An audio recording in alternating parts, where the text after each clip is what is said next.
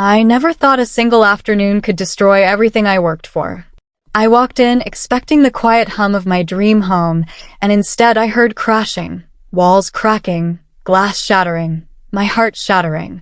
My stepfather was standing there, sledgehammer in hand, destroying my $80,000 dream, and I had no idea why. How could someone who called himself family turn into a nightmare in just seconds? I froze, my hands trembling, watching my future crumble before my eyes. Before we dive in, make sure you subscribe and hit the bell, because you won't want to miss a second of the story.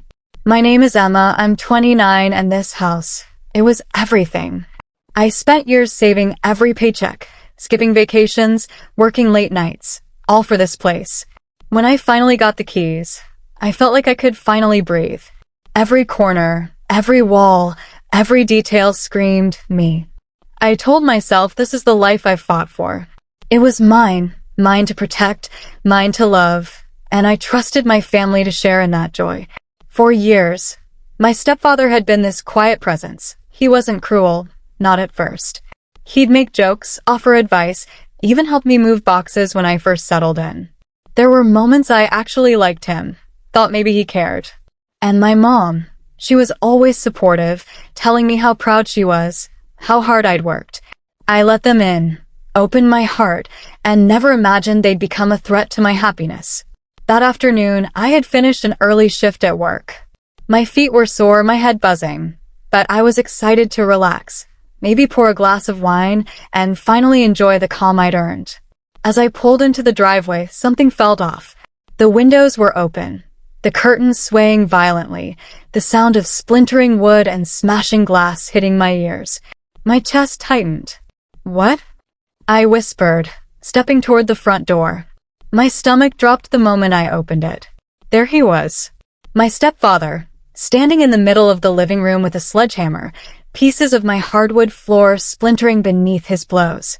Walls were cracked, lamps shattered, my brand new kitchen island dented. I gasped, unable to process the sight. What are you doing?" I screamed. He didn't even look at me.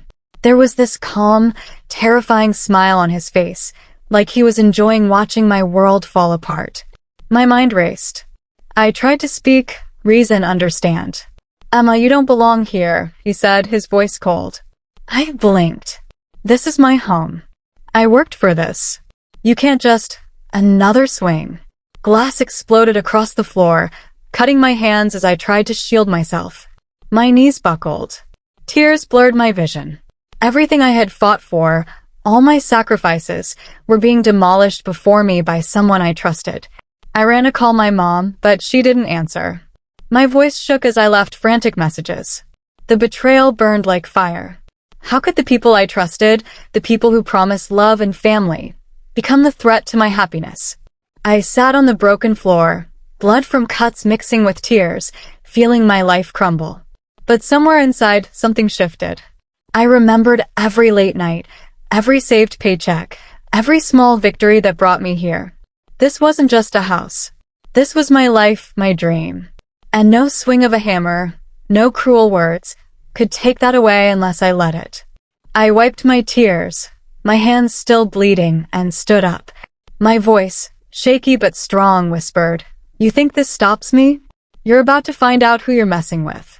The silence that followed was heavy, but it was mine now. I wasn't broken. The first step was clear. I wasn't letting anyone get away with this. Not my stepfather. Not anyone who underestimated me. Every damaged wall, shattered window, piece of debris became fuel for the fire inside me. They thought they could crush me, leave me helpless. They were wrong. I was Emma, and my dream wasn't done, not even close. I didn't sleep that night. I sat in my car in the driveway, hands still shaking, heart pounding, thinking over every moment, replaying every swing of that sledgehammer, every look on his face. I realized then that this wasn't just about the house. This was about power, about control, about fear, and I had to take it back. I had to make them understand that betraying me came with consequences. The next morning, I went through the wreckage with a camera, taking pictures of everything. Every cracked wall, every broken fixture, every shattered window. I cataloged it meticulously. Then I contacted a lawyer I had trusted in the past for minor things, someone who knew how to handle family disputes with evidence. I handed over everything. Pictures, videos, detailed notes about what had happened, and even my frantic voice messages to my mom. This was bigger than emotion now. This was strategy. This was building my case. But it wasn't enough to just fight on paper. I needed him to feel the same fear he had put in me.